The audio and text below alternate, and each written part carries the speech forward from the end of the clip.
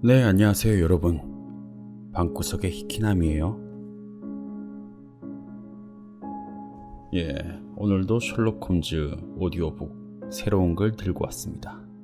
제목은 춤추는 인형. 듣고 마음에 드셨다면 구독과 좋아요 버튼, 하고 싶으신 말씀은 댓글로 부탁드리겠습니다. 그럼 시작하겠습니다. 호리호리한 등을 둥그렇게 만 셜록 홈즈는 벌써 몇 시간째 아무런 말도 하지 않고 화학실험용 용기 위로 몸을 굽혀 지독한 냄새가 난 약품들을 조합하고 있었다. 그가 가슴 쪽으로 고개를 깊게 파묻고 앉아있는 모습은 삐쩍 마른 몸에 잿빛 깃, 검은색 벼슬을 가진 기묘한 새처럼 보였다. 아 참, 왓슨? 자네 남아프리카의 주식에 투자할 생각은 아예 없는 거지? 홈즈가 갑자기 질문을 해왔다. 난 깜짝 놀랐다. 홈즈의 신비한 능력에는 이미 익숙해져 있는 나였지만 이렇게 간단하게 마음속 깊은 곳까지 꿰뚫어 보다니 정말 할 말이 없었다. 아니, 그걸 어떻게 한 거야? 내가 물었다. 홈즈는 연기가 피어오르는 시험관을 손에 든 채 움푹 들어간 눈을 재미있다는 듯이 반짝이며 앉은 자리에서 몸을 내 쪽으로 돌렸다. 왓슨, 지금 상당히 당황했다는 사실을 인정하게. 인정하네. 그럼 그 사실을 종이에 쓴 다음에 거기에 서명을 해주게. 아니, 왜 그러는 거야? 자네는 분명 5분도 지나지 않아서 에이 뭐야 그렇게 간단한 거였어. 이렇게 투정할 게 뻔하니까. 홈즈, 절대로 그렇게 말하지 않겠네.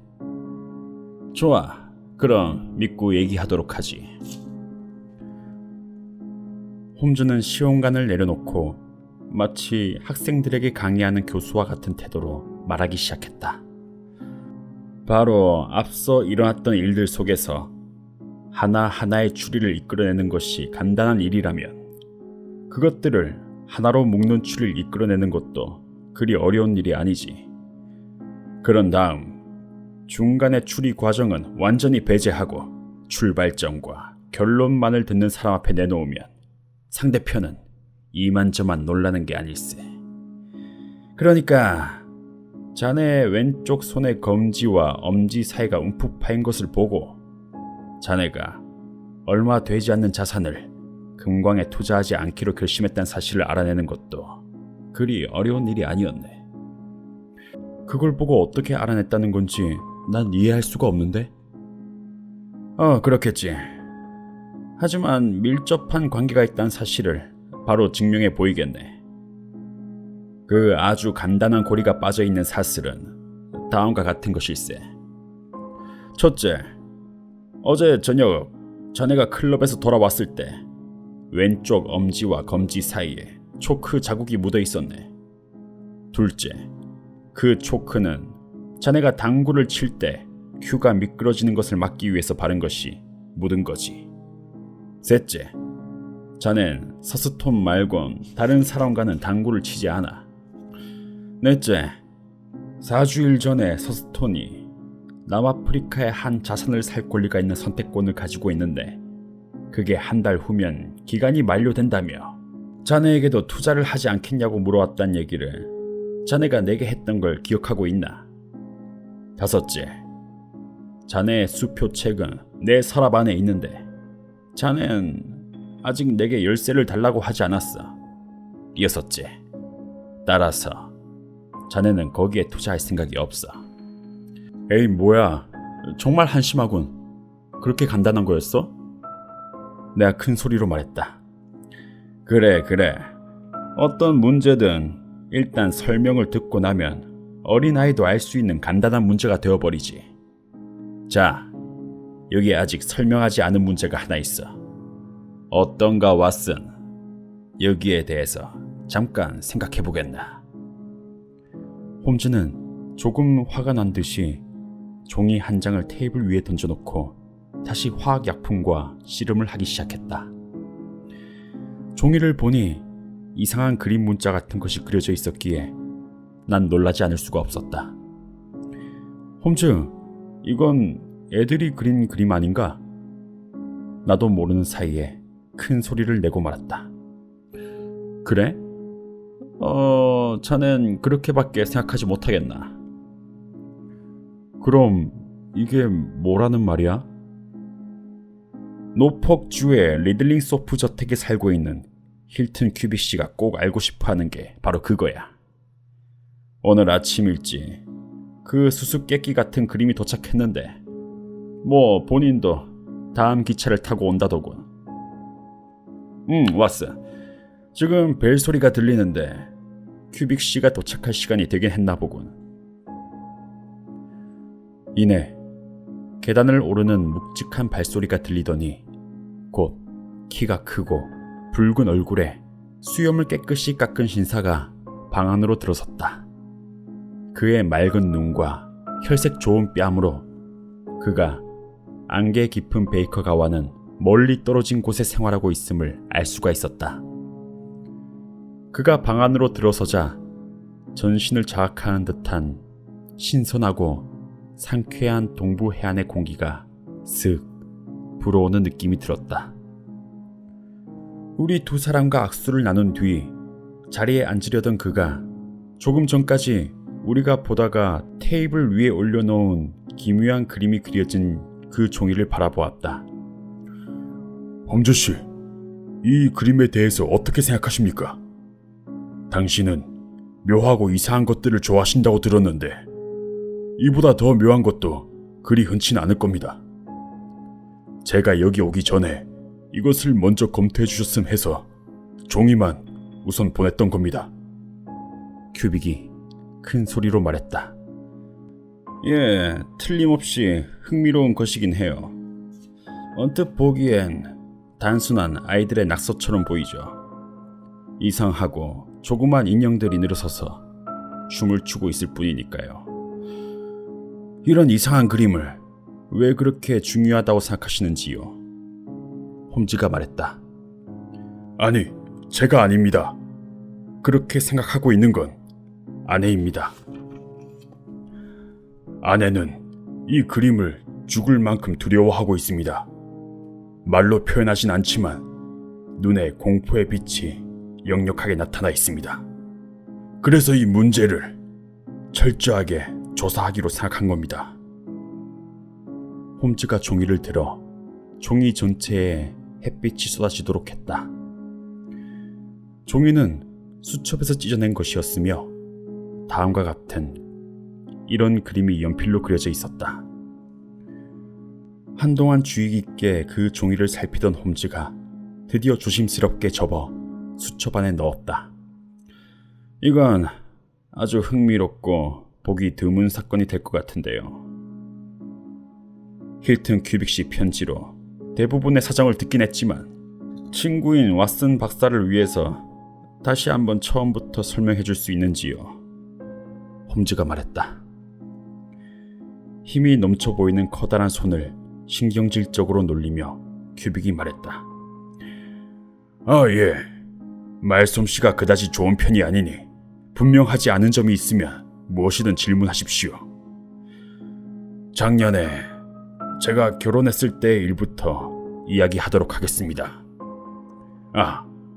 우선 그 전에 말씀드리고 싶은 게 있는데 부자는 아니지만 우리 일가는 약 5세기 전부터 리들링 소프 저택에 살고 있었기 때문에 노폭주에서는 가장 유명한 집안이라고 할 수 있습니다.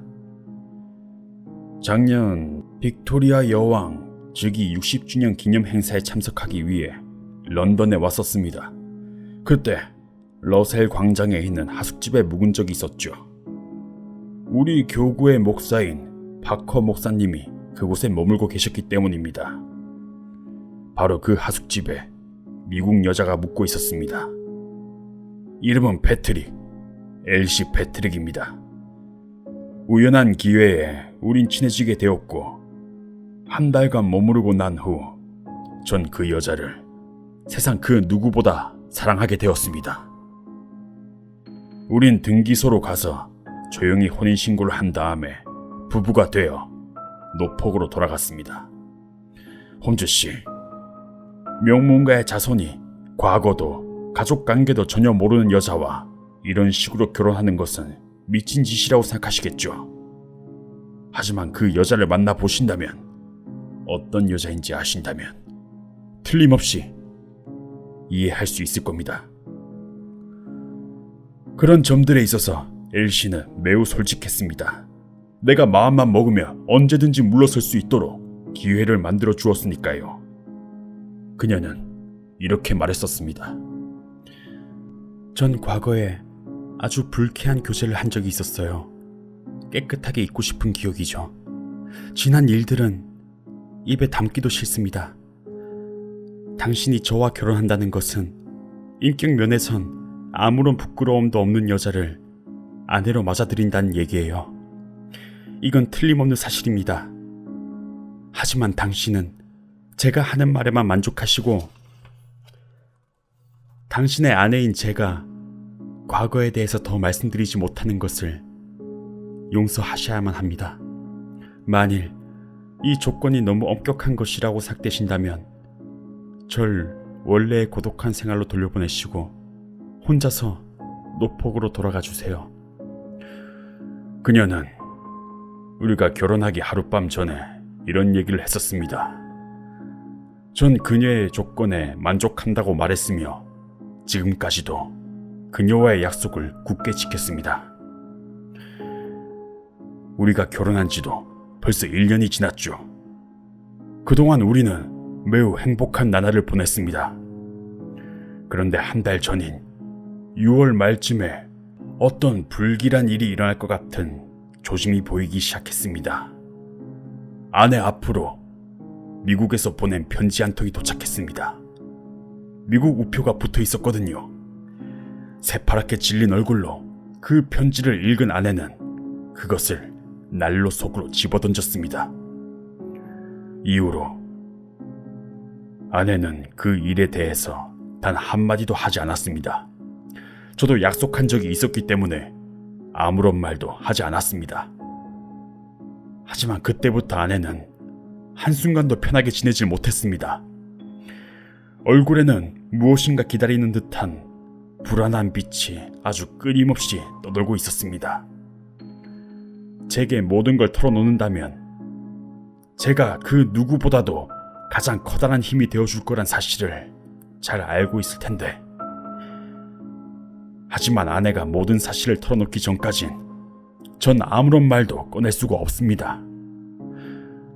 홈즈 씨, 아내는 거짓말을 할 줄 모르는 사람이죠. 과거에 무슨 일이 있었는지 모르겠지만 그건 절대로 아내 책임이 아닐 겁니다. 전 노폭이란 시골의 한낱 지주에 불과합니다. 하지만 가문의 명예를 중히 여기는 점에 있어선 영국의 누구에게도 지지 않을 자신이 있습니다. 그 점은 아내도 잘 알고 있습니다. 맞습니다. 저와 결혼하기 전부터 아주 잘 알고 있었습니다. 그러니 아내도 가문을 더럽히는 짓만은 하지 않을 겁니다. 전 그렇게 믿고 있습니다. 지금부터 이 이상한 사건에 대해서 말씀드리도록 하죠. 아마도 일주일 전, 그러니까 정확히 지난 화요일이었습니다. 창틀 위에서 이 종이에 그려진 것과 같이 조그맣고 이상한 인형들이 여럿 모여서 춤추고 있는 그림을 발견했습니다. 분필로 어지럽게 그린 그림이었는데 전 말을 돌보는 아이가 낙서를 한 거라고 생각했습니다. 그런데 그 아이는 아무것도 모른다는 것이었습니다. 틀림없이 누군가가 밤새 그려놓은 것입니다. 전 그것을 지우라고 했고 잠시 후에 아내 앞에서 그 일에 대해서 잠깐 언급을 했죠. 그런데 아내는 매우 심각하게 받아들이며 다음에 그런 것을 발견하면 꼭 자신에게 보여달라고 그렇게 하는 것이었습니다. 그로부터 일주일 동안 그런 그림은 전혀 눈에 띄질 않았는데 바로 어제 아침 이 종이가 정원에 있는 시계 위에 이렇게 놓여 있는 것을 제가 발견했죠. 아내에게 보여주었더니 그녀는 그만 기절하고 말았습니다. 이후부터 아내는 두려움이 가득한 눈빛으로 마치 꿈꾸는 사람처럼 멍하게 지내고 있습니다. 홈즈씨, 그래서 당신에게 편지를 쓰고 그 그림을 보낸 겁니다. 이런 건 경찰에게 알려봐야 아무런 소용도 없을 겁니다. 그저 비웃음거리가 될 뿐이죠. 홈즈씨, 당신이라면 어떻게 해야 좋을지 가르쳐줄 수 있을 겁니다. 전 부자가 아닙니다만 사랑하는 아내를 위협하는 일이 있으면 전 재산을 털어서라도 아내를 지킬 겁니다. 멋진 남자였다. 단순하고 올곧으며 부드러운 마음, 순수하게 크고 파란 눈, 옹졸함이라곤 조금 더 찾아볼 수 없는 단정한 얼굴이야말로 영국인 중에 영국인, 이렇게 할 수 있을 것이다. 그의 얼굴은 아내에 대한 신뢰와 애정으로 빛나고 있었다. 그의 이야기를 주의 깊게 듣고 있던 홈즈는 이야기가 끝난 뒤에도 한동안 아무 말 없이 생각에 잠겨 있었다. 글쎄요, 큐빅씨. 역시 가장 좋은 방법은 당신이 아내에게서 직접 부탁해서 비밀을 털어놓게 만드는 거, 그거 아닐까요? 홈즈가 드디어 입을 열었다. 홈즈씨, 약속은 약속입니다. 말할 만한 일이었다면 아내가 먼저 말했겠죠. 그럴 마음이 없는데 제가 억지로 말하게 할 수는 없습니다. 하지만 제가 제 나름대로의 방법으로 알아내는 건 문제가 없을 겁니다. 전 그렇게 할 겁니다. 큐빅이 크게 머리를 내저으며 말했다. 네, 좋습니다. 그렇다면 내가 기꺼이 도와드리도록 하죠. 우선 대개 마을에서 낯선 사람을 봤다는 그런 얘기를 들은 적은 없나요? 네, 없습니다. 아주 한적한 마을이니까 새로운 얼굴이 나타나면 틀림없이 사람들 입에 오르내리겠죠. 마을에서 아주 가까운 곳이라면 그럴 겁니다. 하지만 마을에서 그다지 멀지 않은 곳에 조그만 해수욕장이 몇 개 있어서 농가에선 민박을 치기도 했습니다. 이 그림에는 틀림없이 어떤 의미가 담겨 있어요. 마구잡이로 그린 거라면 해석할 길이 없겠지만 어떤 규칙이 숨어 있다면 틀림없이 의미를 밝혀낼 수 있을 거예요. 하지만 이것만 가지고는 숫자가 너무 적어서 도저히 규칙을 밝혀낼 수가 없고, 들려주신 이야기는 너무나 막연해서 조사하는 데 토대로 삼을 수가 없어요. 그래서 드리는 말씀인데, 우선은 노폭으로 돌아가셔서 주의 깊게 살펴보시다가 춤추는 인형 그림이 다시 나타난다면 그것을 정확하게 베껴두도록 하세요. 창틀에 분필로 그렸던 것을 베껴두지 않은 건 정말로 안타까운 일입니다. 그리고 마을에 낯선 사람이 나타나지 않았는지 주의 깊게 살펴보시길 바랍니다. 그러다가 뭔가 새로운 증거가 발견되면 그때 다시 오도록 하세요.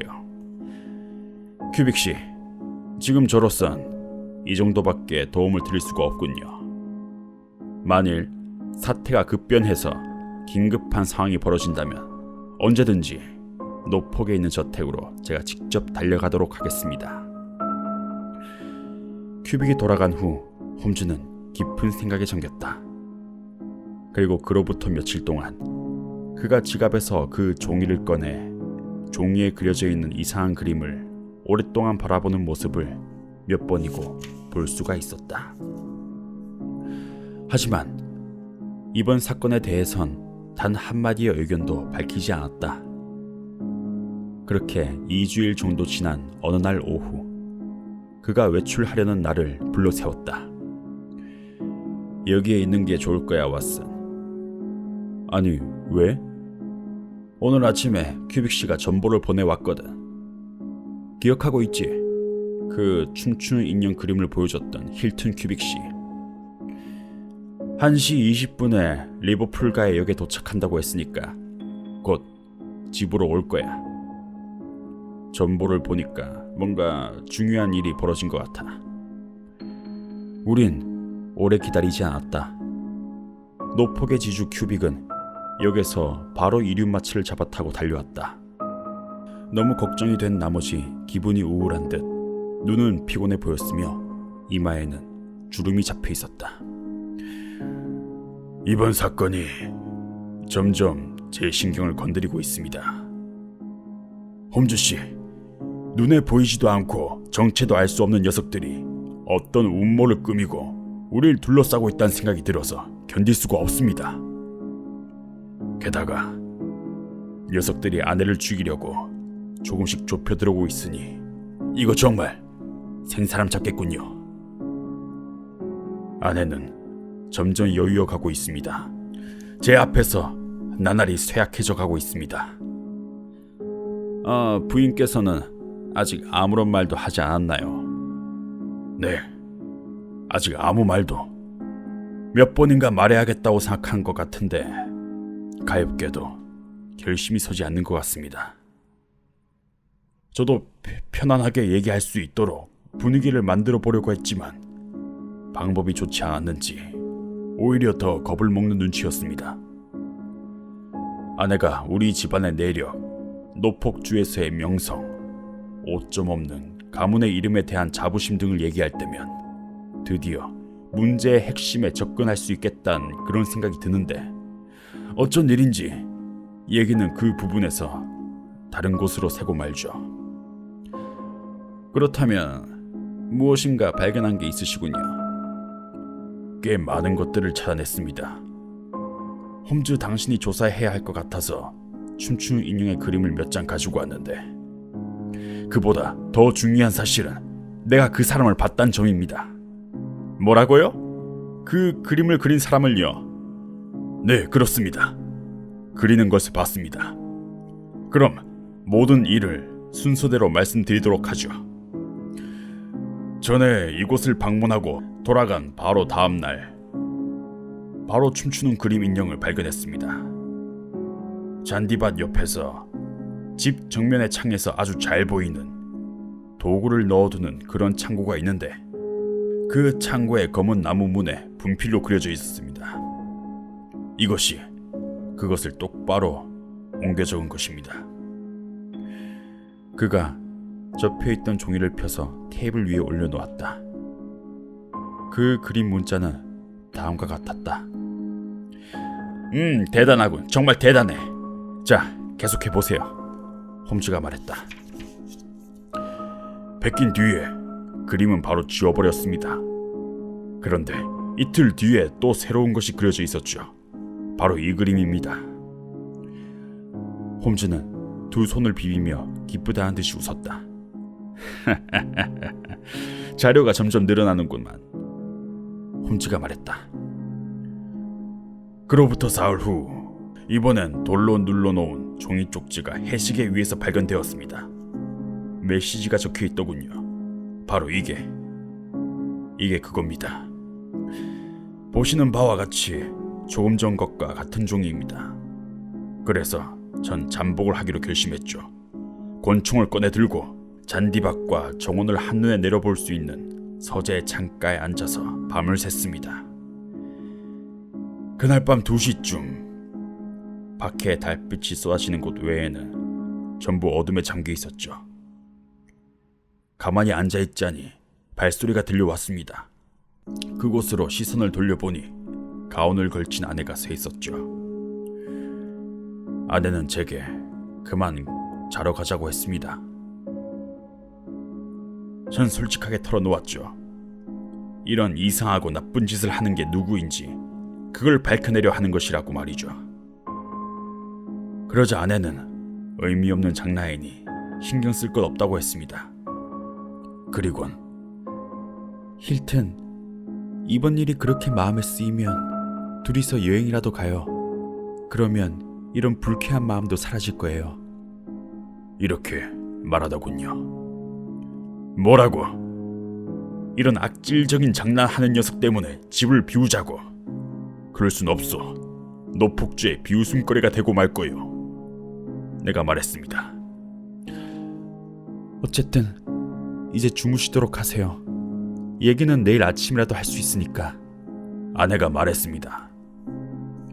이렇게 말하는 아내의 하얀 얼굴이 달빛 속에서 더욱 하얗게 변했으며 내 어깨에 얹은 손에 힘이 들어가 있는 것을 느낄 수 있었습니다. 그때 창고 근처에서 무엇인가가 움직이고 있었죠. 검은 사람의 그림자가 엉금엉금 기듯이 창고 모퉁이를 살짝 돌아 나와 문 앞에 웅크리고 있는 것이 보였습니다. 권총을 들고 뛰어나가려 하는데 아내가 두 손으로 제게 엄청난 힘으로 매달려 절 말렸습니다.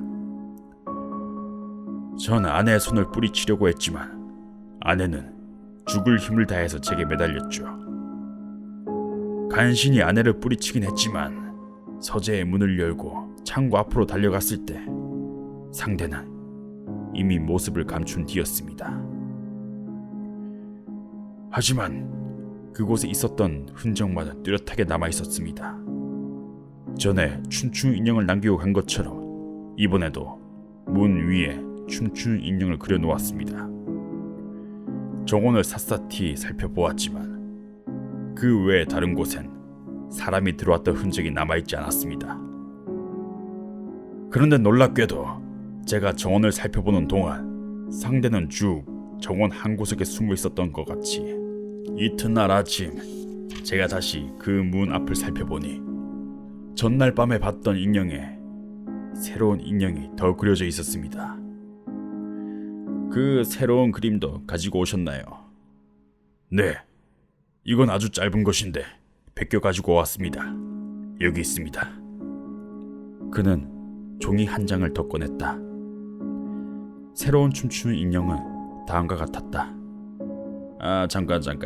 한 가지 물어보겠는데요. 이건 전에 것과 같이 이어진 것처럼 보였나요? 아니면 전혀 새로운 것처럼 보였나요?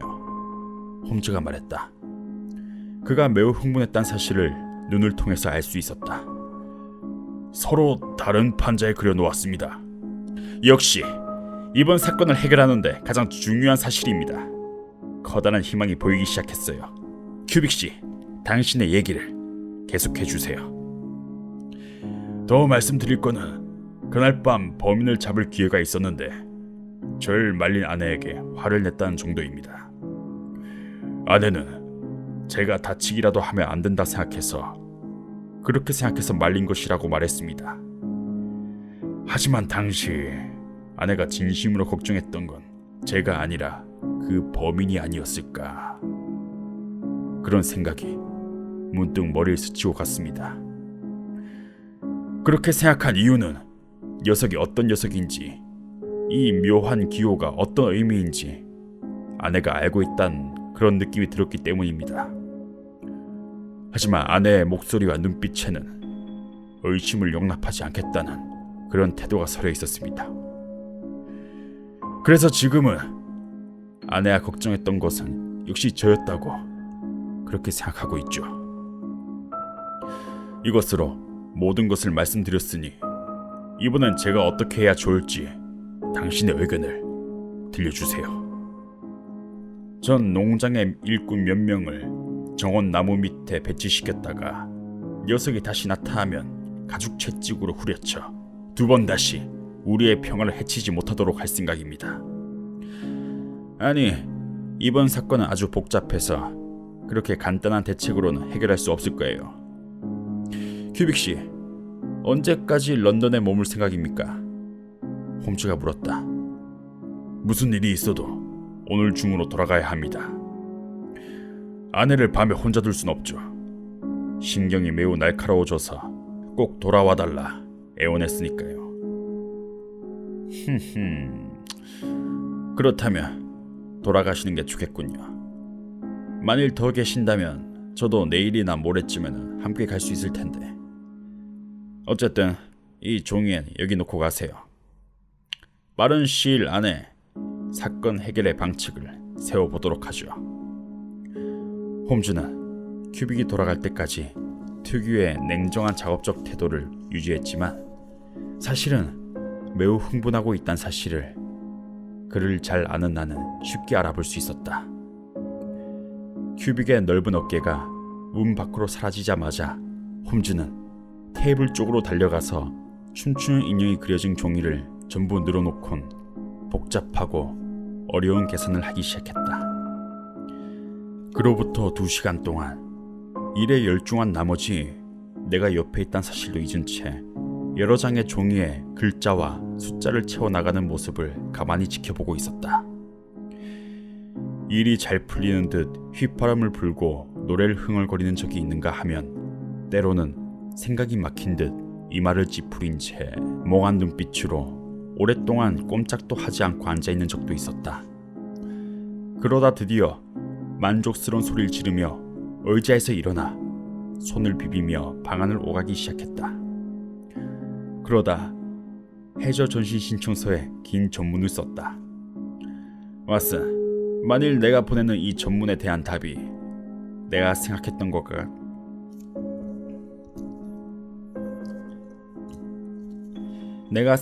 것과 같은 것이라면 자네는 자네의 사건 기록에 재미있는 사건을 하나 더 추가할 수 있을 거야. 내일 노폭으로 가서 그 사람이 걱정하고 있는 일에 결정적인 정보를 제공할 수 있을 거야.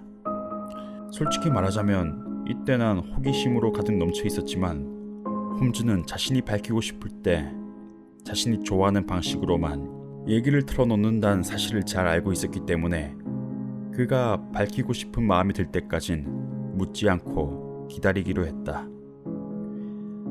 전보에 대한 답장이 늦어져 이틀을 초조하게 기다려야 했는데 그동안 홈즈는 초인종이 울릴 때마다 신경을 곤두세우곤 했다. 이틀째 되던 어느 날 저녁 큐빅으로부터 편지가 왔다. 오늘 아침 해시계 위에 긴 그림 문자를 발견한 것 외에는 특별한 이상이 없단 내용이었다. 그림 문자를 옮겨 적은 것이 함께 동봉되어 있었는데 그것은 다음과 같은 것이었다. 몇 분 동안 이 기괴한 그림을 들여다보던 홈즈가 갑자기 놀란 소리를 지르며 자리에서 벌떡 일어났다. 얼굴엔 불안의 빛이 가득했다. 아무래도 이 사건을 너무 지켜만 보고 있었던 것 같아. 아직 노스 윌섬으로 가는 기차가 있을까? 그가 말했다. 시간표를 살펴본 난 조금 전에 막차가 출발했다는 사실을 알 수 있었다. 그렇다면 내일 아침 일찍 밥을 먹고 첫 차로 가기로 하세. 서둘러야겠어. 기다리던 전보가 왔구만. 허드슨 씨, 답장을 써야 될지도 모르니까 잠깐만 기다려주세요. 아니요, 됐어요. 답장은 필요 없군요. 왓슨, 모든 게 내 생각대로야. 그렇다면 더욱 빨리 큐빅 씨에게 사건의 정세를 밝힐 필요가 있어. 그 우직한 노폭의 지주는 너무나 위험한 음모에 휩싸여 있네. 홈즈가 말했다. 모든 것이 홈즈의 말 그대로였다. 처음엔 어린아이 장난으로 밖에 여겨지지 않던 사건이 결국엔 어두운 결말을 맞이하게 되는데 그 일을 생각할 때면 아직도 그때의 놀라움과 공포가 선명하게 떠오르곤 한다. 독자 여러분에게는 좀 더 밝은 내용을 전달하고 싶지만 이것은 사실을 기록하는 것이니 어쩔 수가 없다. 당시 리들링 소프 저택의 이름을 영국 전역에 알렸으며 며칠 동안이나 사람들의 입에 오르내린 이 묘한 사건을 그 어두운 위기 일발의 순간에 이르기까지 철저하게 기록하지 않으면 안 된다. 우리가 노스 윌섬에 도착해서 목적지에 찾아가는 법을 사람에게 묻는 순간 역장이 허겁지겁 달려와 이렇게 말했다. 런던에서 오신 탐정이죠. 홈즈의 얼굴에는 당황한 빛이 역력했다. 아니, 그걸 어떻게 하셨습니까? 지금 막 노위치의 마틴 경감이 이곳을 지나갔습니다. 그리고 선생님은 혹시 외과 의사십니까? 큐빅 부인은 아직 죽지 않았습니다. 조금 전에 들은 얘기에 의하면 그녀는 아직... 서둘러 가시면 그녀를 살릴 수 있을지 모릅니다. 살린다고 해봐야 결국 교수형에 처해지겠지만. 불안한 빛이 홈즈의 얼굴을 스치고 지나갔다. 지금 리들링 소프 저택에 가려고 하는데 그곳에 무슨 일이 있었는지 아직 아무것도 들은 게 없습니다. 그가 말했다. 정말 끔찍한 사건입니다. 두 사람 모두 총에 맞았습니다. 큐빅 씨와 부인 모두요. 부인이 남편을 쏜 뒤 자신도 쏘았다고 하인들은 말하더군요. 큐빅 씨는 돌아가셨고 부인도 살아날 가능성이 거의 없다고 합니다. 노폭주 최고의 명문가에서 왜 이런 일이 일어난 거죠? 역장이 말했다. 홈즈는 단 한마디도 하지 않고 마차 쪽으로 서둘러 달려갔으며 마차를 타고 7마일이란 먼 길을 가는 동안 전혀 입을 열지 않았다. 홈즈가 이처럼 낙담한 모습을 보는 것은 처음이었다. 런던에서 기차를 타고 오는 동안에도 계속 침착하지 못하고 불안한 모습으로 조간을 주의 있게 읽고 있었는데 지금 여기에 와서 그가 가장 우려하던 일이 벌어졌다는 사실을 알고 완전히 상심한 듯했다. 그는 좌석 깊이 몸을 묻고 앉아서 우울한 듯 생각에 잠겨 있었다. 마차가 영국에서도 보기 드문 전원을 달리고 있었기 때문에 우리 주위엔 흥미로운 것들이 헤아릴 수도 없이 많았다. 띄엄띄엄 서 있는 시골집들이 이 지역의 인구가 적음을 알려주고 있었고 어느 쪽으로 시선을 돌려도 눈에 띄는 사각형의 거대한 탑이 있는 교회가 푸른 들판의 풍경 속에 여기저기 솟아있어 옛날 동앵글리아 왕국의 번영과 영광을 말해주고 있었다. 곧 노폭 해안의 나무들 위로 북해가 보랏빛 수면을 조금씩 드러내고 있었을 때 마부는 채찍을 들어 나무들 사이로 보이는 벽돌과 목재로 만들어진 두 채의 오래된 저택을 가리키며 말했다. 저기가 리들링 소프 저택입니다. 기둥이 늘어선 복도와 연결된 현관 앞에 마차가 도착했다. 정면에 있는 잔디로 된 테니스 코트 옆쪽으로 이미 우리와는 묘한 관계를 맺게 된 검은 창고와 받침대가 있는 해시계가 있었다. 깔끔한 복장에 날렵하고 다부진 체구, 기름을 바른 콧수염을 한 사내가 높다란 이륜마차에서 막 내리던 참이었다. 노폭 경찰서의 마틴 경감이라고 자신을 소개한 남자는 내 친구의 이름을 듣더니 매우 놀란 표정을 지었다. 아니 홈즈씨, 범행은 오늘 새벽 3시에 일어났습니다. 어떻게 런던에서 그 소식을 듣고 저와 같은 시간에 현장에 달려올 수 있었습니까? 난 일이 이렇게 될 줄 알고 있었어요. 그래서 그것을 사전에 막으려고 이렇게 달려온 거죠. 그렇다면 우리가 모르는 중요한 증거라도 갖고 계시단 말입니까? 두 사람은 아주 금슬이 좋은 부부였다고 하던데. 춤추는 인형을 들고 있었을 뿐입니다. 그것에 관해선 잠시 후에 설명하도록 하죠. 어쨌든 비극은 이미 일어나 버렸으니까 전 그저 알고 있는 사람들을 동원해서 법이 올바로 행해질 수 있도록 돕고 싶을 뿐입니다. 당신과 함께 수사를 해도 괜찮을까요? 아니면 저는 제 나름대로 수사를 할까요? 홈즈가 말했다. 홈즈 씨와 함께 일할 수 있다니 영광입니다. 마틴 경감이 진심 어린 말투로 말했다. 그럼 한시라도 빨리 증인들의 이야기를 들어보고 저택안을 조사하도록 해야겠습니다. 마틴 경감은 꽤 이해심 많은 사람으로서 홈즈가 마음껏 조사하게 내버려 둔 뒤 자신은 그 결과를 주의 있게 적는데 만족했다. 바로 그때 마을의 외과 의사인 백발 노인이 큐빅 부인의 방에서 내려와 부인의 상처가 깊긴 하지만 치명상은 아닌 것 같다고 말해주었다. 총알이 앞 이마를 뚫고 들어갔기 때문에 의식을 회복하기까진 조금 시간이 걸릴 것 같다고 그렇게 말했다. 부인이 다른 사람이 쏜 총에 맞은 것인지 아니면 스스로 쏜 것인지를 묻는 질문엔 확실히 의견을 밝히려 하지 않았다. 어쨌든 아주 가까이에서 발사된 총알에 맞은 것만은 확실했다. 실내에서 발견된 권총은 한 자루밖에 없었으며 그 권총의 탄창에는 2발의 총알이 비어 있었다. 큐빅은 심장에 총알을 맞았다. 두 사람의 중간쯤 되는 곳에 권총이 떨어져 있었기 때문에 큐빅이 아내를 쏘고 스스로 목숨을 끊었다고 볼 수도 있었으며 반대로 아내가 총을 쏜 것이라고 볼 수도 있었다. 큐빅 씨에게 손을 댔나요? 홈즈가 물었다. 부인 외에는 어디에도 손대지 않았습니다. 부상을 입고 바닥에 쓰러져 있는 사람을 그대로 내버려 둘 순 없었으니까요. 선생님은 언제 여기로 오셨나요? 한 4시쯤입니다. 그 외에 다른 사람은? 이 경찰이 있었습니다. 어디에도 손을 대지 않았습니다.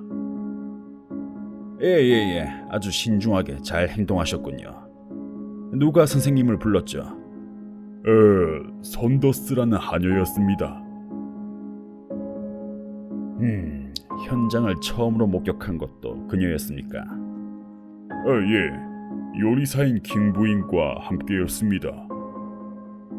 두 사람은 지금 어디에 있나요? 아마 부엌에 있을 겁니다. 떡갈나무 판자를 댄 벽에 높은 창이 있는 현관 옆에 고풍스러운 응접실이 취조실로 사용됐다. 수척하게 여인 얼굴로 크고 고풍스러운 의자에 앉은 홈즈의 눈이 날카롭게 빛났다.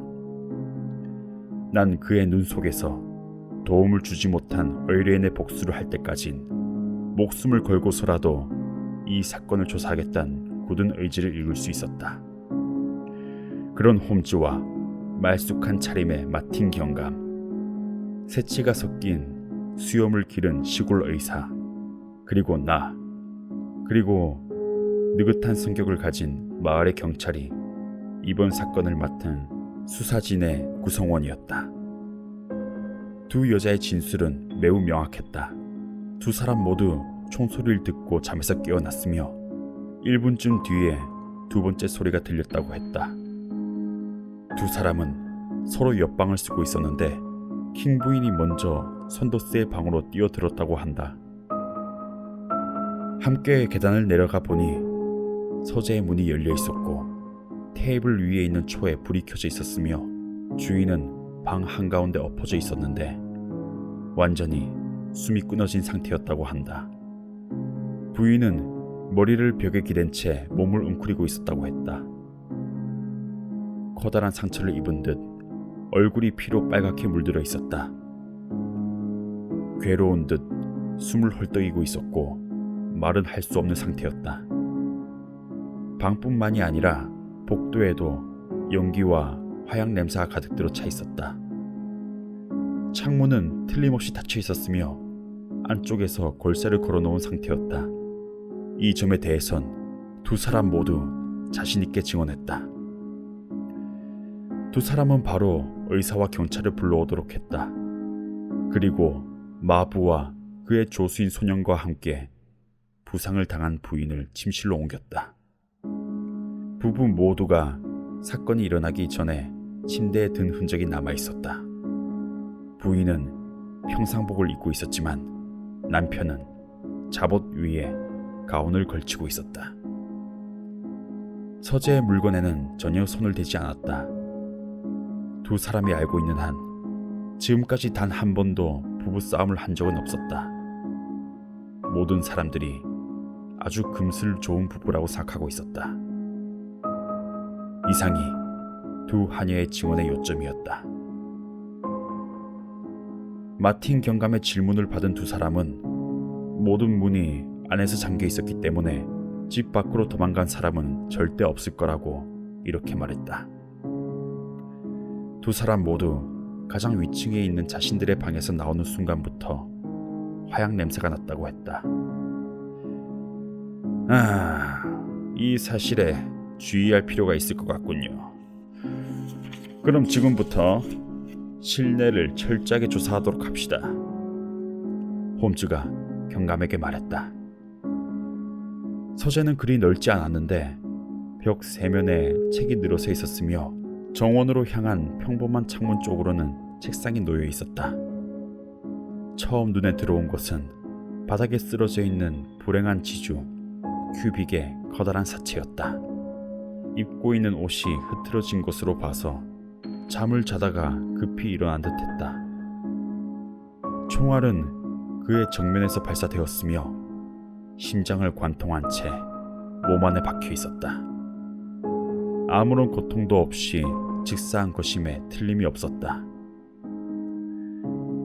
가운과 그 손에는 화약의 흔적이 남아있지 않았다. 마을 외과 의사의 말에 의하면 부인의 얼굴에 화약 흔적이 남아있었지만 손에는 어떤 흔적도 남아있지 않았다고 한다. 손에 조금이라도 화약의 흔적이 남아있었다면 모르겠지만 남아있지 않다면 그건 아무런 의미도 없는 일이에요. 약협이 꼭 맞지 않아서 화약이 뒤로 분출되는 경우가 아니라면 화약의 흔적을 손에 남기지 않고 몇 발이고 쏠 수 있으니까요. 큐빅의 사체는 이제 치워도 되겠습니다. 그런데 선생님, 부인을 상처 입힌 총알은 아직 뽑아내지 않았겠죠? 홈즈가 말했다. 예.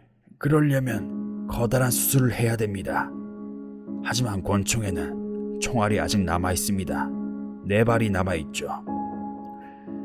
2발이 발사되었고 상처가 2개 남았다면 총알에 대해서는 완벽하게 설명할 수 있는 거 아닙니까?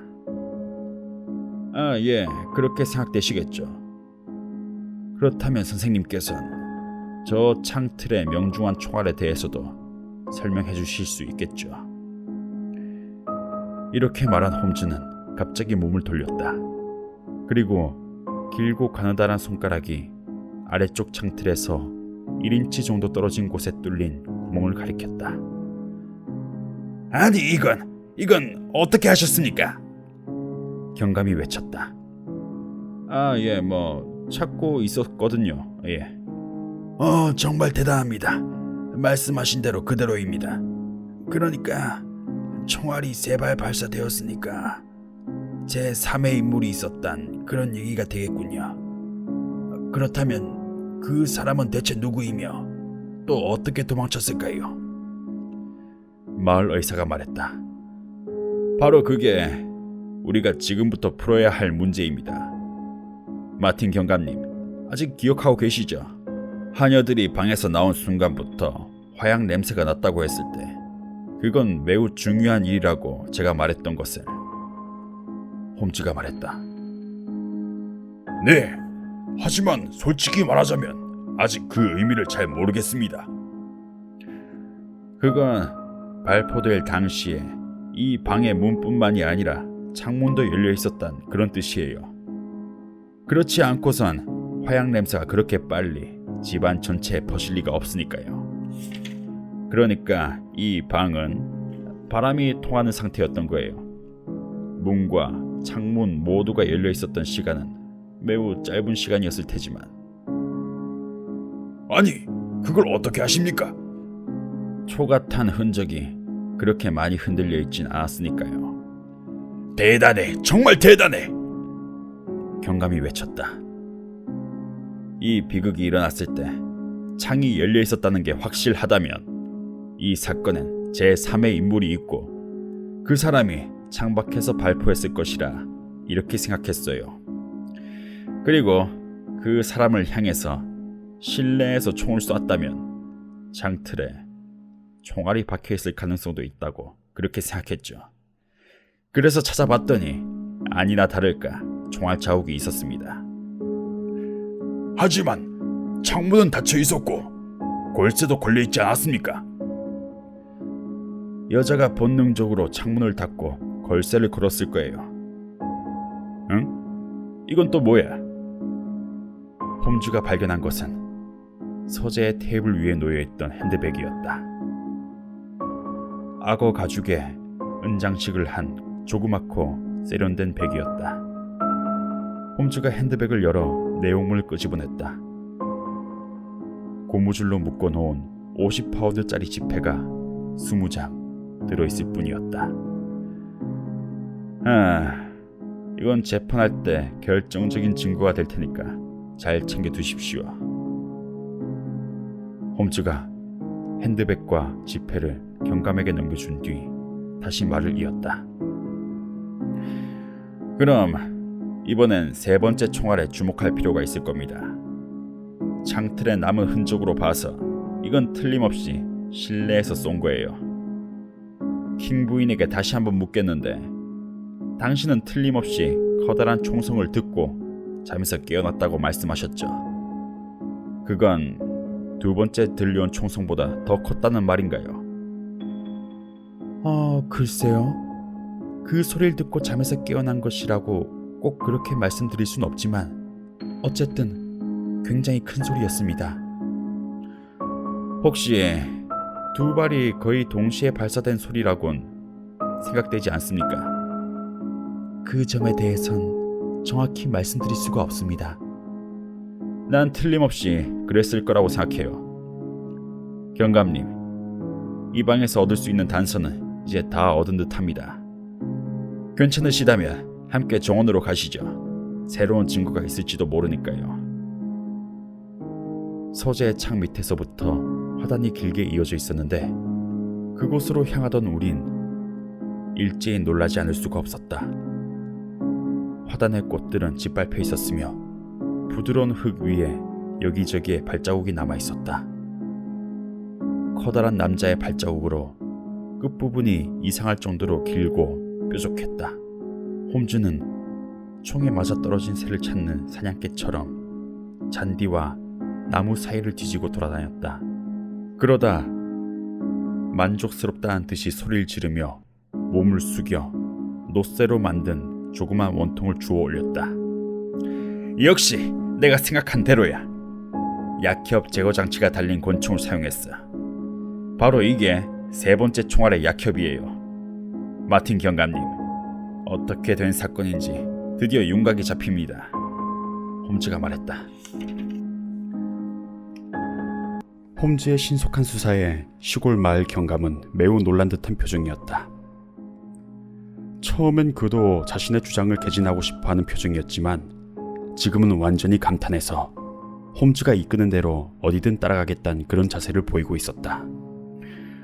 누구를 의심하십니까? 경감이 물었다. 그건 나중에 말씀드리도록 하죠.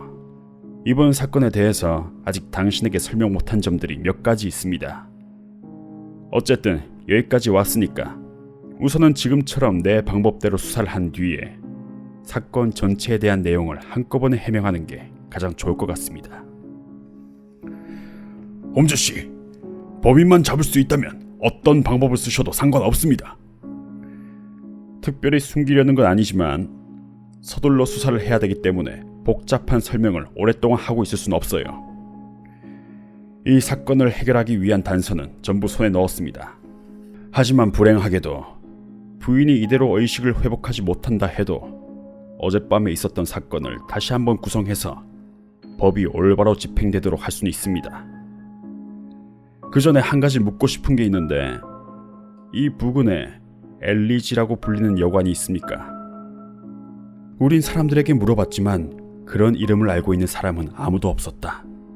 그런데 마국간에서 일하던 소년이 이스트 러스턴 쪽으로 몇 마일 가다 보면 그런 이름을 가진 농장 주인이 살고 있다는 사실을 떠올려 문제 해결에 빛을 던져주었다. 얘야, 그 농장은 마을에서 떨어진 곳에 있니? 네, 아주 외진 곳에 있어요. 그럼 그곳 사람들은 어젯밤 이곳에 있었던 일을 아직 모르겠구나.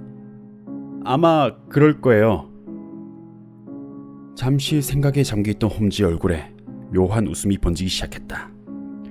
얘야, 말을 좀 준비해 주겠니? 그 농장으로 편지를 보내야겠다. 홈즈가 주머니에서 춤추는 인형이 그려진 종이들을 꺼냈다. 그리고 그것을 눈앞에 펼쳐놓은 다음에 책상에서 한동안 무엇인가를 했다. 잠시 후 편지 한 통을 소년에게 건네주며 그것을 이름이 적힌 사람에게 직접 전해줄 것과 그 사람이 어떤 질문을 해도 절대로 대답해서는 안 된다고 주의를 주었다. 난 봉투 겉면에 평소 홈즈의 단정한 글씨와는 달리 삐뚤삐뚤한 글씨로 받는 사람의 이름이 적혀있는 것을 보았다. 노폭주 러스턴 엘리지 농장 에이브 슬레이니 씨 귀하. 경감님, 전보로 호송 담당자들을 부르는 게 좋을 거예요. 내 생각대로라면 당신은 위험하게 짝이 없는 용의자를 주의 형무소로 보낼 수 있을지도 모르니까요. 전보는 이 편지를 줄 소년에게 부탁하면 될 겁니다.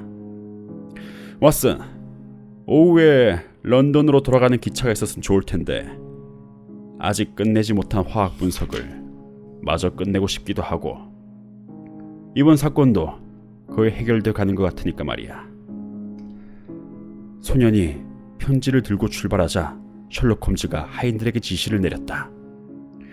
큐빅 부인을 찾아오는 사람이 있으면 부인의 용태에 대해서는 아무런 말도 하지 않고 바로 응접실로 안내할 것. 이 점에 대해서 그는 아주 신중하게 주의해달라고 부탁했다. 그런 다음 그는 우리를 응접실로 데려가 당장은 더 이상 할 일이 없으니 앞으로 어떤 일이 일어날지 기다리는 동안 시간을 유효하게 사용하지 않겠냐고 말했다. 늙은 외과 의사는 다른 환자를 돌보기 위해 돌아갔고 경감과 그리고 나만이 그 자리에 남아 있었다. 지금부터 1시간 정도 즐겁고 유익한 시간을 보낼 수 있도록 해드리죠. 의자를 테이블 쪽으로 끌어당긴 홈즈가 묘한 몸짓에 춤추는 인형이 그려진 종이들을 그 앞에 펼쳐놓으며 말했다. 왓슨, 자네의 억제하기 힘든 호기심을 오랫동안 채워주지 못하고 내버려둔 죄를 이제 보상하도록 하겠네. 그리고 경감님, 이번 사건은 앞으로 당신의 일에 커다란 참고가 될 것 같습니다. 우선은 큐빅 씨가 날 찾아 베이커가에 왔을 때 있었던 매우 흥미로운 상황에 대해서 말씀드려야겠습니다. 홈즈는 앞서 내가 기록한 사실들을 간단하게 경감에게 설명했다. 바로 여기에 그 묘한 작품들이 있는데 이것이 끔찍한 비극의 전조란 사실을 모른다면 누구라도 그저 웃어넘길 장난쯤으로 생각했을 겁니다. 난 온갖 암호문의 형식에 대해서 어느 정도 지식을 가지고 있고 그 문제에 대한 아주 조그만 논문을 쓴 적도 있습니다. 그 논문에선 160종의 암호 기법을 분석했는데 솔직히 말하면 이번 것은 전혀 새로운 기법이었죠.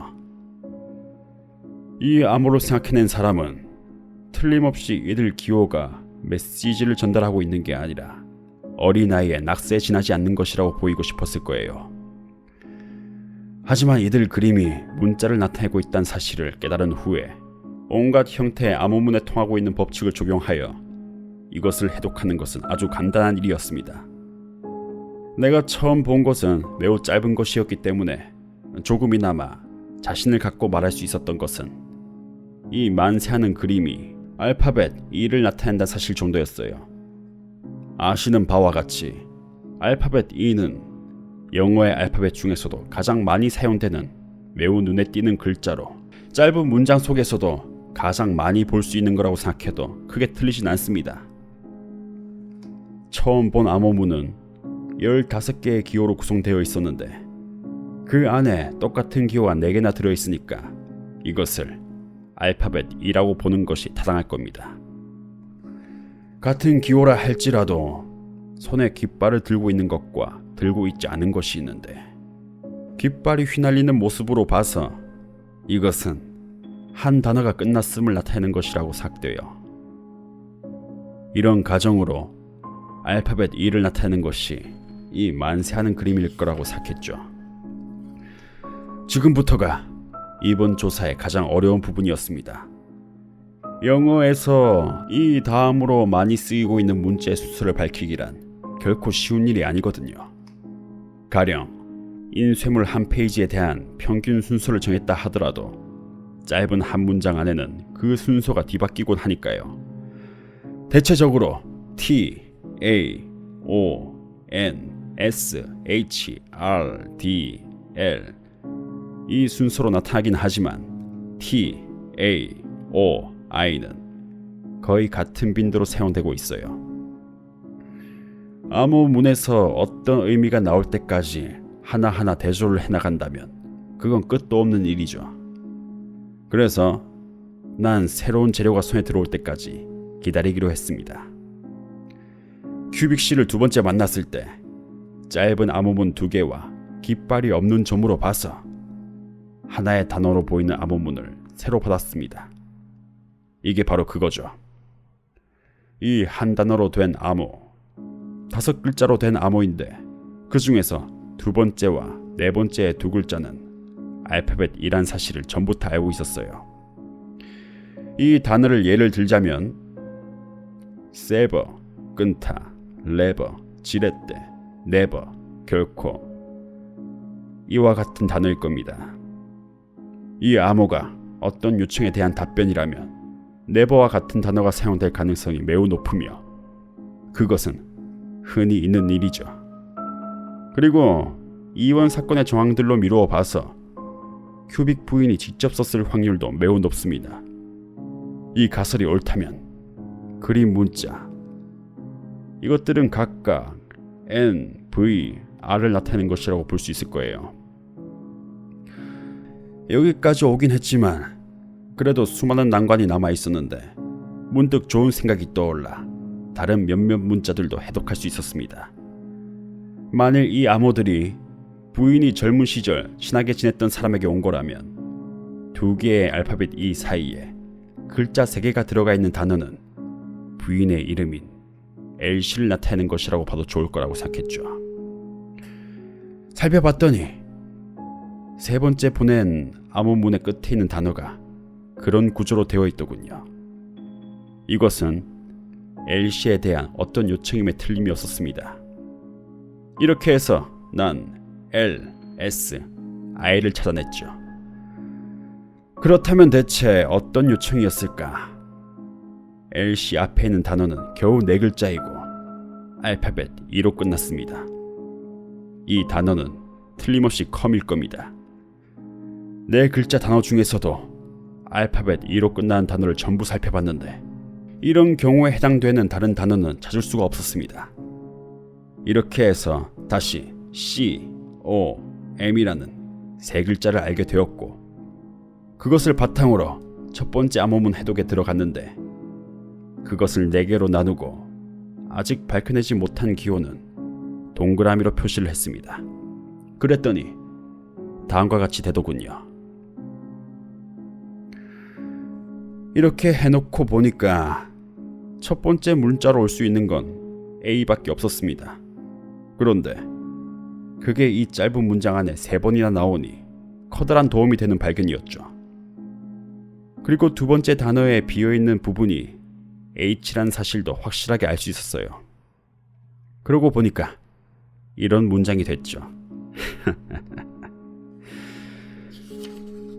여기에 사람 이름이라고 생각되는 단어의 빠진 부분을 보충했습니다. 그랬더니 이렇게 되더군요. 에이브 슬레이니가 왔다. 이렇게 많은 글자를 알아냈으니 두 번째 암호문은 상당한 자신감을 가지고 해독할 수 있었는데 내용은 다음과 같았습니다. 여기에 조금 생각을 해서 빈칸에 T와 G를 넣어보았어요. 그랬더니 엘리지에서 그 결과 이건 암호문을 쓴 사람이 묵고 있는 집이나 여관의 이름일 거란 생각을 하게 되었죠. 마틴 경관과 난 이 어려운 문제를 이렇게까지 완벽하게 해명해 보인 홈즈의 명쾌하게 짝이 없는 해명에 커다란 흥미를 느끼며 빠져들고 있었다. 그 다음엔 어떻게 하셨습니까? 경감이 물었다. 에이브 슬레이니를 미국 사람이라고 생각할 만한 근거는 충분했습니다. 에이브란 아브라함이라는 이름의 미국식 약칭이고 이 모든 일의 시작이 미국에서 온 편지에 비롯됐으니까요. 그리고 이 사건에 어떤 범죄의 비밀이 숨어있다고 생각할 만한 이유도 여러 가지 있었습니다. 부인이 자신의 과거에 밝히지 못할 점이 있다고 말한 점, 남편이 그 비밀을 밝히려 하지 않았다는 점 등 모두 내가 말한 사실을 반증하고 있는 것들이었으니까요. 그래서 난 뉴욕 경찰국에 있는 친구 윌슨에게 전보를 보냈습니다. 런던의 범죄에 대해서 내가 여러 차례에 걸쳐서 지혜를 빌려준 친구거든요. 전보로 에이브 슬레인이라는 사람을 아느냐고 물었죠. 여기에 그에 대한 답장이 있는데 시카고에서 가장 위험한 악당이라고 적혀 있었습니다. 이 답장을 받은 날 밤 큐빅 씨가 보낸 마지막 암호문이 도착했습니다. 내가 알고 있는 글자들을 거기에 대입시켜 보니 이런 문장이 나오더군요. 이 빈칸에 P와 D를 넣어서 암호문을 완성해 보니까 LC 신에게 갈 각오를 해라, 이런 문장이 되었습니다. 이 악당이 설득하기를 포기하고 협박하기 시작했다는 사실을 알게 되었습니다. 난 시카고의 악당들이 어떤 녀석들인지 잘 알고 있었기 때문에 녀석이 바로 범행을 저질릴지도 모른다고 생각했죠. 그래서 난 바로 협력자이자 친구인 왓슨 박사와 함께 노폭으로 달려온 곳인데, 불행하게도 이미 최악의 사태가 벌어진 후였습니다. 허허, 당신과 함께 사건을 맡게 되다니 정말 영광입니다. 하지만 신뢰를 무릅쓰고 솔직하게 말씀드리자면 당신에겐 당신 자신에 대한 책임이 있을 뿐이지만 제게는 상세에 대한 책임도 있습니다. 그 엘리지란 농장에 에이브 슬레인이라는 살인범이 있다면 전 여기에 이렇게 한가하게 앉아있을 이유가 없습니다. 이러는 동안 그가 도망가기라도 한다면 전 매우 난처한 입장에 빠지게 되니까요. 마틴 경감이 매우 심각한 표정으로 말했다. 아, 그건 걱정 마시죠. 도망갈 일은 없을 겁니다. 아니, 그걸 어떻게 하십니까? 도망치면 범죄를 인정하는 꼴이 되고 말 테니까요. 그럼 체포하러 가겠습니다. 조금만 기다리시면 이리로 올 겁니다. 그가 왜 여기로 온다는 겁니까? 편지를 써서 이리로 오라고 말했습니다. 하하, 설마 농담은 아니시겠죠? 당신이 오라고 했다고 녀석이 나타날 거라고 생각하시는 겁니까? 오히려 눈치를 채고 도망가지 않겠습니까? 아니, 걱정하지 마세요. 편지를 조작하는 법쯤은 잘 알고 있을 테니까. 자, 보세요. 제가 잘못 본 게 아니라면 문제의 신사가 저기 차도로 이미 들어섰으니까요. 홈즈가 말했다. 한 남자가 현관을 통해서 조그만 길을 성큼성큼 걸어오고 있는 것이 보였다. 키가 크고 까무잡잡한 피부에 잘생긴 남자로 거뭇거뭇 턱수염을 기르고 있었으며 코는 정력적으로 보이는 매부리 코였다.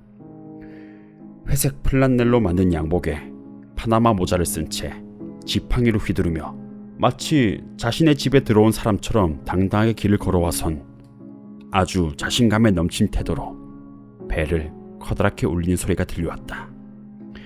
여러분, 문 뒤에 숨어있는 게 좋겠습니다. 저런 녀석들을 상대할 때 충분히 주의할 필요가 있으니까요. 수갑을 사용해야 할 겁니다. 경감님, 녀석과는 제가 얘기하도록 하죠. 우리는 숨을 죽인 채 1분 정도 기다렸다. 영원히 잊을 수 없는 1분이라고 해도 좋을 것이다. 드디어 문이 열리고 남자가 안으로 들어섰다.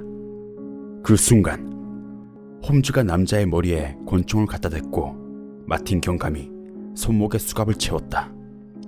이 모든 일이 빈틈없이 행해졌기 때문에 남자는 사태를 파악하기도 전에 자유를 잃고 말았다. 남자는 부리부리한 검은 눈으로 우리를 차례로 노려보았다. 그러더니 갑자기 커다란 소리로 웃기 시작했다. 아, 이런. 이번엔 내가 당했군. 이거 완전히 한 방 먹었어. 하지만 난 큐빅 부인이 편지로 불러서 온 거라고. 설마 부인까지 한패라고 말할 생각은 아니겠지. 날 유인하는데 부인이 도움을 준 건 아니겠지. 부인은 중상을 입어서 사경을 헤매고 있어. 남자가 집안 전체가 울릴 만큼 커다란 목소리로 비통하게 외쳤다. 아니, 어떻게 그런 일이? 부상을 당한 건 남자지 여자가 아니야. 내가 사랑스러운 엘시에게 상처를 입혔을 것 같나? 아, 신이시여, 용서하소서. 하지만 난 사랑스러운 그녀의 털끝 하나 건드리지 않았다고. 지금 한 말을 빨리 취소해. 엘시가 상처를 입었다는 건 거짓말이겠지. 남자가 미친 듯이 소리쳤다. 부인은 중상을 입고 죽은 남편 옆에 쓰러져 있었어. 남자는 굵직한 신음소리와 함께 긴 의자에 앉아 수갑이 채워진 두 손에 얼굴을 묻었다. 5분 정도 아무런 말도 하지 않고 있다가 드디어 얼굴을 들어 말을 하기 시작했다. 심한 절망에 빠져있는 그의 목소리는 오히려 차분하게 들릴 정도였다. 너희들에게 사실을 숨길 생각은 없어. 틀림없이 내가 그를 쏘긴 했지만 그도 날 쐈다고. 그러니까 이건 살인이라고 할 수 없어. 그리고 내가 그녀를 쐈다고 생각한다면 그건 그녀와 내가 어떤 사이인지를 모르기 때문이야. 잘 들어. 이 세상에서 나보다 더 엘시를 사랑하는 사람은 없으니까. 난 그녀를 차지할 권리가 있어. 그녀는 몇 년 전에 나와 결혼을 맹세했다고. 그런데 그런 우리 사이에 그 영국 놈이 끼어든 거야. 난 그녀에 대해서 우선권을 가지고 있었어. 난 그저 그 권리를 주장했던 것뿐이야. 그가 말했다. 그녀는 네가 어떤 사람인지를 알았기 때문에 네 곁에서 달아난 거야. 너에게서 도망치기 위해서 미국에서 벗어나 영국의 그 훌륭한 신사와 결혼한 거라고. 그런데 넌 그녀를 끈질기게 따라다니며 그녀의 생활을 엉망으로 만들었어. 사랑하고 존경하는 남편을 버리고 미워하고 원망하는 너와 함께 도망치도록 그렇게 만들려고 했지. 그래서 결국엔 한 고귀한 인간을 죽게 만들었고 그의 아내까지 자살로 내몬 거야.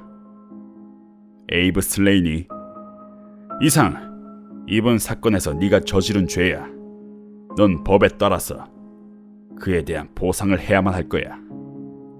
홈즈가 엄격한 어조로 말했다. 엘시가 죽는다면 난 어떻게 되든 상관없어.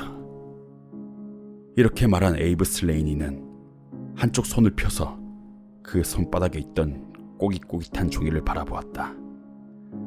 그러더니 의심스럽단 눈빛으로 이렇게 외쳤다. 그런데 그럼 이건 어떻게 한 거지? 설마 이런 것으로 날 협박하려는 건 아니겠지? 엘시가 중상을 입었다면 이 편지는 대체 누가 쓴 거야? 그가 편지를 테이블 위로 집어던졌다. 그건 내가 썼어. 널 이쪽으로 불러들이려고. 이걸 네가? 춤추는 인형의 비밀은 우리 친구들 말고는 아무도 모른다고. 네가 어떻게 이런 걸 쓸 수 있단 말이지? 뭐 만든 사람이 있다면 푸는 사람도 있는 법이지. 슬레인이, 곧 자네를 노위치로 호송해갈 마차가 도착할 거야. 아직은 시간이 조금 남았으니까 자네가 저지른 범죄에 대해서 다소나마 보상을 하도록 하게. 지금 큐빅 부인이 남편을 살해했다는 혐의를 받고 있다는 사실을 알고 있나? 내가 여기에 왔고 운 좋게 내가 가지고 있는 지식이 도움이 됐으니 망정이지. 아니었으면 그녀는 지금 고소됐을 거야. 남편의 비참한 죽음에 대해서 그녀는 직접적으로든 간접적으로든 아무런 책임도 없다는 사실을 확실하게 밝혀야 할 의무가 자네에겐 있네. 홈즈가 말했다. 그건 나도 바라지 않아. 이렇게 된 이상 나 자신을 위해서라도 있는 그대로의 사실을 밝히는 게 좋을 것 같군. 그가 말했다. 직무상 말해두겠는데 지금 증언이 자네에게 불리하게 작용할지도 모르네. 경감이 영국 형법의 공정함을 큰 소리로 말했다. 슬레이니는 어깨를 움츠렸다. 모든 걸 하늘에 맡기겠어. 가장 먼저 말해두고 싶은 건 난 어렸을 때부터 그녀를 알고 있었단 사실이야. 시카고에 우리 친구가 7명 있는데 엘시의 아버지가 우리의 두목이었지. 그 패트릭이란 사람 정말 머리가 좋은 사람이었어. 그 암호를 생각해낸 사람도 두목이었는데 선생이 그 수수께끼를 풀지 못했다면 이 암호는 어린애의 장난으로밖에 여기지 않았을 거야. 엘시도 우리 일을 조금 배운 적이 있었지. 하지만 끝내 이런 일에 적응하지 못하더군. 그래서 조금 모아둔 돈을 들고 우리의 눈을 피해서 런던으로 도망온 거야. 그녀는 나와 결혼하기로 약속을 했었어. 만일 내가 다른 직업을 가지고 있었다면 틀림없이 나와 결혼해줬을 거야. 하지만 무슨 일이 있어도 우리 같은 사람들과는 관계하고 싶지 않았나 보더군. 내가 그녀가 있는 곳을 알아낸 건 이미 그 영국인과 결혼한 후였어. 편지를 보냈지만 답장이 오질 않았지. 영국으로 건너온 난 편지로는 얘기가 되지 않을 것 같아서 그녀의 눈에 띌 만한 곳에 그 암호문을 남겼지. 내가 여기에 온 지도 벌써 한 달이 지났지만 그 농장의 방을 빌린 덕분에 지금까지 누구의 눈에도 띄지 않고 매일 밤 이 집을 드나들 수가 있었지. 어떻게든 엘시를 이 집에서 나오게 하려고 여러 가지 방법을 동원했어. 그녀가 내 암호문을 읽고 있다는 사실은 확실하게 알 수가 있었지. 한 번은 내가 쓴 암호문 밑에 그녀가 답을 해놓은 적도 있었으니까. 그러다 난 더 이상 참을 수가 없어서 그녀를 협박하기 시작했지. 그녀는 제발 부탁이니 이곳에서 떠나달라고 부탁하며 만일 남편에게 좋지 않은 소문이라도 나면 자신은 견딜 수 없는 고통을 받게 될 거란 그런 편지를 보내왔어. 그 편지엔 내가 여기서 떠나 더 이상 자신을 괴롭히지 않겠다고 약속한다면 남편이 잠든 새벽 3시에 1층으로 내려와 가장 끝에 있는 창문 너머로 이야기를 나눌 수 있단 말도 적혀 있었지. 그녀는 약속대로 1층으로 내려왔는데 돈을 들고 와서 그것으로 날 내쫓으려고 했어. 그때 울컥 화가 치민 난 그녀의 팔을 잡고 창밖으로 끌어내려고 했지.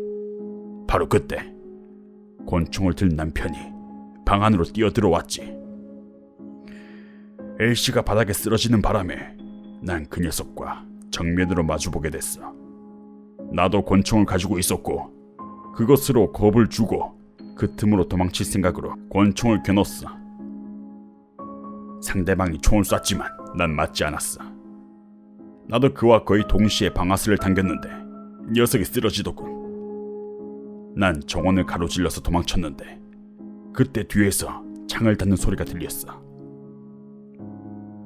이게 다야. 이건 한마디의 거짓도 없는 사실이야.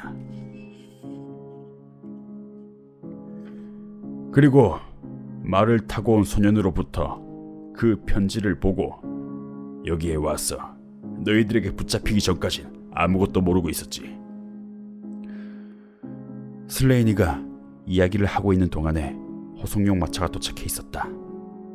제복을 입은 경관 2명이 타고 있었다. 자리에서 일어난 마틴 경감이 슬레이브의 어깨에 손을 얹었다. 이제 가야 할 시간이네. 그 전에 엘시를 볼 순 없을까? 안 돼. 그녀는 지금 의식을 잃었어. 우리는 창가에 서서 마차가 사라져가는 모습을 지켜보았다. 뒤돌아보니 조금 전 슬레이니가 꼬깃꼬깃 접어 테이블 위로 내던진 종이가 눈에 들어왔다. 홈즈가 범인을 불러들인 그 편지였다. 왓슨, 자네 이걸 읽을 수 있겠나? 홈즈가 빙그레 웃으며 말했다. 거기에 글자가 아닌 춤추는 인형이 다음과 같이 한 줄로 늘어서 있었다. 내가 조금 전에 설명한 독해법을 여기에 적용해보면 이건 그저 Come here at once, 지금 여기로 와주세요, 이렇게 쓴 것뿐이란 사실을 쉽게 알 수가 있네. 난 그 사람이 이 부름에 응하지 않을 리가 없을 거라고 확신하고 있었지. 부인 이외의 사람이 이걸 썼을 거라곤 꿈에도 생각지 못했을 거니까. 언제나 나쁜 일에만 이용되던 춤추 인형을 결국엔 좋은 일에 도움이 되도록 했고 자네의 노트에 희귀한 사건을 더해주겠다는 약속도 지킨 것 같아. 3시 40분 차가 있으니까 저녁 식사 전에는 베이커가로 돌아갈 수 있겠지. 끝으로 몇 마디 덧붙이겠다. 에이브 슬레이니는 겨울에 열린 노위치의 순회 재판에서 사형을 선고받았다. 하지만 정상 참작의 여지가 있고 힐튼 큐빅이 먼저 곤충을 쐈다는 사실이 인정되어 후에 징역형으로 바뀌게 되었다. 큐빅 부인은 그 후에 완전히 건강을 되찾았는데 아직도 미망인으로 오직 가난한 사람들을 돕고 세상을 떠난 남편이 남긴 유산을 관리하는데 여생을 바치고 있다고 한다. 네, 여러분, 오늘은 여기까지 읽겠습니다. 이제 시간이 많으니까 새로운 걸 빨리 들고 오겠습니다. 들어줘서 고맙고요. 모두 잘 자요.